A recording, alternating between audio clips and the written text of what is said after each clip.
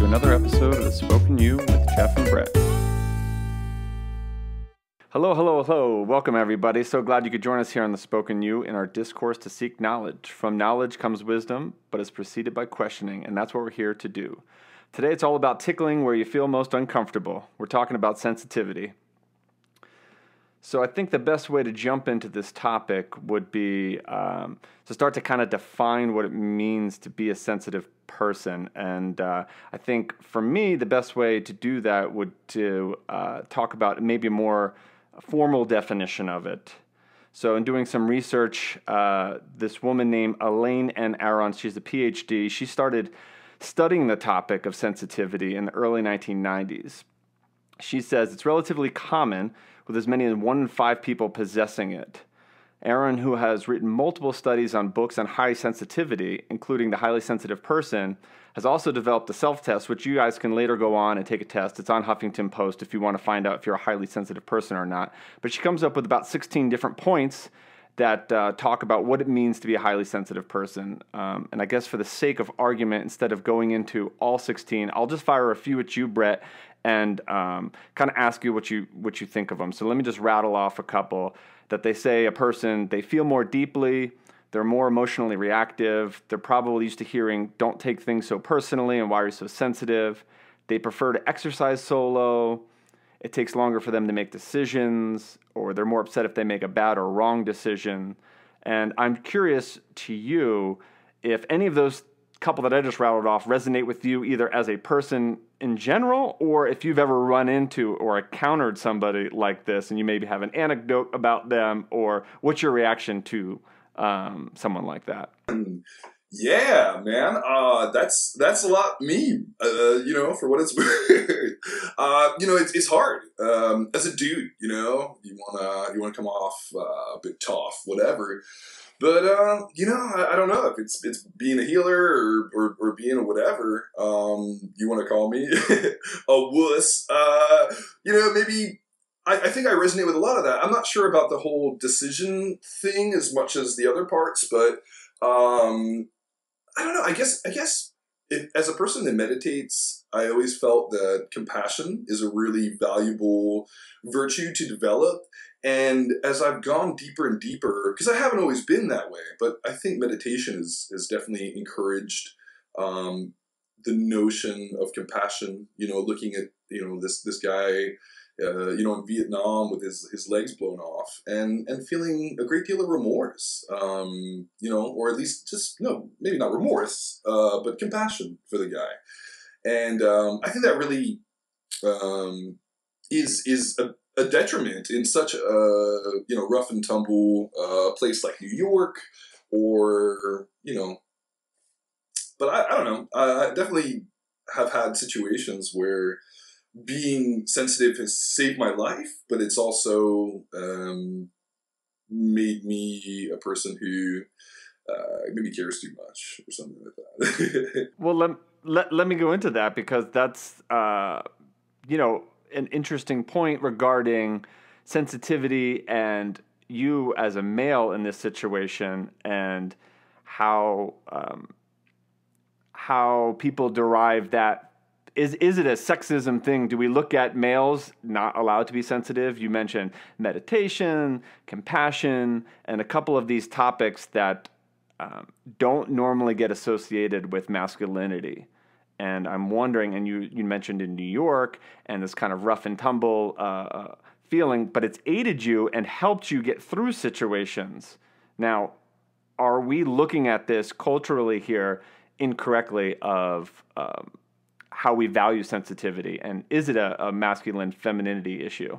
I don't know. Let me shoot back a question at you. What would you say would be, and rattle off as many as you like a kind of a sensitive culture? Because I think the 1 in 5 number that you threw out before seems and feels accurate. It doesn't feel to me that you can go to any country in the world and literally just be surrounded by sensitive people. Or, maybe I've not been to Bhutan, but what do you think? Do you think there's a sensitive culture out there? Well, I would say there's definitely cultures that are more sensitive than others. Now, just to classify a culture as sensitive or not, I mean, there's always bad eggs in the, in the group. I mean, you can't punish a whole country for having a few people that are insensitive. But, culturally on the whole, I do feel there's probably some that are more sensitive than others. And then I start to think to myself, what makes that culture more sensitive than, say, another culture? It was funny. I was kind of looking at this with my significant other, who's from a foreign country where they're highly value nature, and we were doing the differences between American culture and their culture, and it seems to me that everything from their holidays to how they were raised all surrounds nature. They celebrate the solstices in that they are very present, walking in nature, being surrounded by nature, and that somehow to me reflects directly upon the people themselves. Because they're born with it, they grow up with it, it kind of translates later on into their life as being more sensitively aware to other things other than just nature. So it's kind of this being brought up in that environment then helps them function later in life, where since our culture is only 200 years old here in America, we don't have that same sense of relationship to nature that I feel that they do, and there's some dichotomy there. Kind of, in your opinion, in your travels and things like that, do you feel there's cultures that are more sensitive or not? Yeah. What stands out is that there's kind of two different sides of cultural or sensitivity, culturally speaking. On the one side, I would say countries like Nicaragua or Guatemala, or maybe even Vietnam, even though it doesn't come off that way. It's because they've experienced so much violence for so long that there's this like appreciation for peace and appreciation for kind of this balance to existence, that there is no warfare, that they're no longer having to worry about the army coming in or rebels coming through the forest, that the notion of guns, like they're a bit, what's it called, gun shy, if you will, and there's a certain sweetness that is allowed to come out through this like extreme, culture of violence that is now, has ceased. And so just simply the peace and the independence, allows them to be sweeter people. I think also, maybe people who don't have a lot, poverty often, I think, allows people, a degree of sensitivity in terms of how they connect with other people and how much they need their community. And therefore, there's like kind of a degree of sensitivity with that. But on the other hand, I guess what transcends that, and because there is even a hard exterior, because in a lot of those countries, there's crime and there is violence due to that poverty. There is still a guard that exists. And then you compare it to somewhere like you were mentioning Estonia, before, or I would think of a place like maybe Holland, where they don't really fear the police because there's not that many laws, let's say, and there's not really a culture of violence. So that comfortability allows them to just be who they are without fear of maybe someone shooting them or whatever. So there's a degree of cultural receptivity because they're also, whether it's the Moroccans in Holland or the the Algerians in France, but for the most part, I think that, they see that equality, around them. They don't have to fear for their lives in the same way maybe someone living in Philadelphia does. And that allows them to be more sensitive as people because they just simply feel safe in the world, whether it's their healthcare or whatever. So let me ask you this real quick. So I guess it's a two-part question. Do you feel then, based off of what you said, a culture having sensitivity is a valuable thing for that culture? And then second part, you talked a lot about the culture itself having sensitivity. What are your thoughts when another culture clashes within that culture? And do they either bring sensitivity or not bring sensitivity to that culture? And what I'm more specifically talking about is not the immigrants, as we were talking, Algerians in France, or maybe the Hispanics here and things like that, but more so a traveler-based mentality coming in. So as tourism approaches these countries and brings in a different set of sensitivity, how that interacts with, let's say, a culture sensitivity. Yeah, I think it goes one of two ways. Yeah, and it depends on the culture. I mean, I met you in Thailand, and I think Thailand's a really good example of a sensitive culture.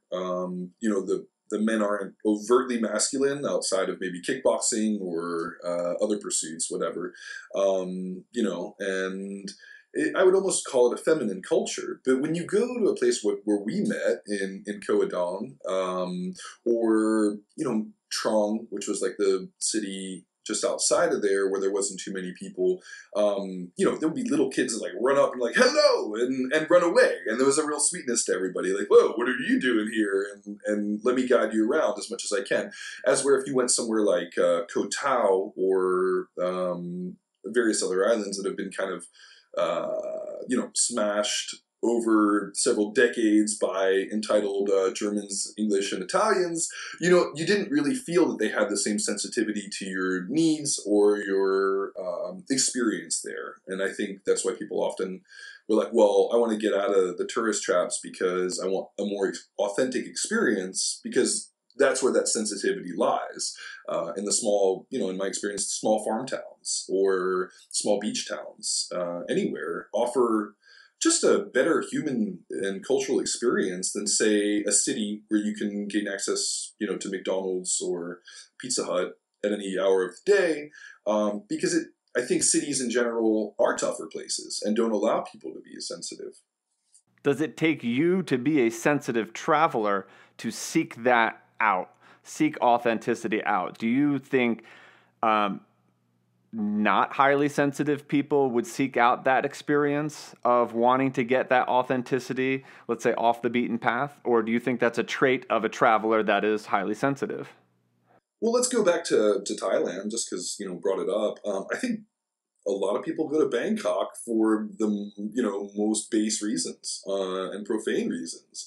And I don't want to get into the details of what I've heard and, just kind of the general vibe of that city. But, it's kind of debauchery. And I think, people who are seeking, going to Tijuana, for example, for a donkey show are not culturally sensitive. They're not looking for the real Mexico. So I think it comes down to the person and their intentions. But it just seems that most of that, that what the traveler wants is going to be offered to them before they even go there, whether it's them looking it up on TripAdvisor or speaking to other friends who are inspiring them to, go scuba diving and, support ecological awareness in that country, or volunteering or working on, woofing, working on farms. I mean, there's so many opportunities to really connect with people and really get a taste of something that, isn't seedy. That and all that seediness tends to live in the city. So I think it's, some people just go for business. I mean, that's not really what we're talking about here. Well, I think there's a sense of seediness that, we might not be talking about, but definitely affected me while traveling. And that seediness doesn't necessarily come from debauchery, but it comes from cultural practices that I'm not accustomed to. And when you're experiencing this as traveling, you're experiencing cultural practices that you might look at and have to really reflect upon yourself to say, how sensitive am I? Can I handle what's going on in front of me? There's a lot of instances where there's animal sacrifices and animal practices that you have to be really gauge your own sense of, your own moral compass on if that's something you believe in, but you're yet in another country, and it's kind of like when in Rome, do as the Romans. You don't want to be the outsider. So it's a fine balance of kind of learning about your own sensitivity while experiencing some of these other cultural practices that go on.